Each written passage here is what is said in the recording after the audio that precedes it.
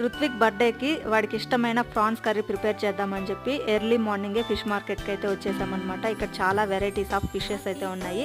మేమైతే prawns 1.5 kg తీసుకున్నాము. వాళ్ళే నీట్గా క్లీన్ చేసి ఇచ్చారు. లోపల మాత్రం ఒక బ్లాక్ కలర్ లేయర్ ఉంటుంది, అది మనమే క్లీన్ చేసుకోవాలి. అక్కడ ఫ్రెష్గా ప్రాన్స్తో పాటు వెజిటేబుల్స్ కూడా దొరికాయి అనమాట. అన్నీ తీసుకొని ఇంటికైతే వచ్చేసాము. ఇంక ఇక్కడ మేము టిఫిన్ చేసేదానికి ఓపిక అయితే లేదు అని చెప్పగానే మా హస్బెండ్ హోటల్కి వెళ్ళి ఇడ్లీ, దోశ, పూరి ఇవైతే తీసుకొచ్చారు.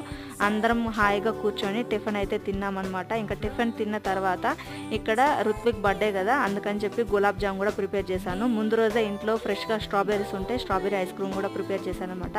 Strawberry ice cream with gulab jam taste అయితే సూపర్గా ఉంటుంది. తప్పకుండా మీరు కూడా ట్రై చేయండి. ఇంకా ఆఫ్టర్నూన్ లంచ్లోకి వైట్ రైస్ పెట్టేసి తీసుకొచ్చిన ప్రాన్స్ని కర్రీ లాగా ప్రిపేర్ చేశాను. ఈవినింగ్ అయితే మంచిగా కేక్ కటింగ్ కూడా అయిందనమాట. ఫుల్ వీడియో వచ్చి మన ఛానల్ నేమ్ కింద అయితే ఉంటుంది. ఆ వీడియోని క్లిక్ చేసి ఫుల్ వీడియో వాచ్ చేయండి. ఈ వీడియో నచ్చితే లైక్ చేయండి.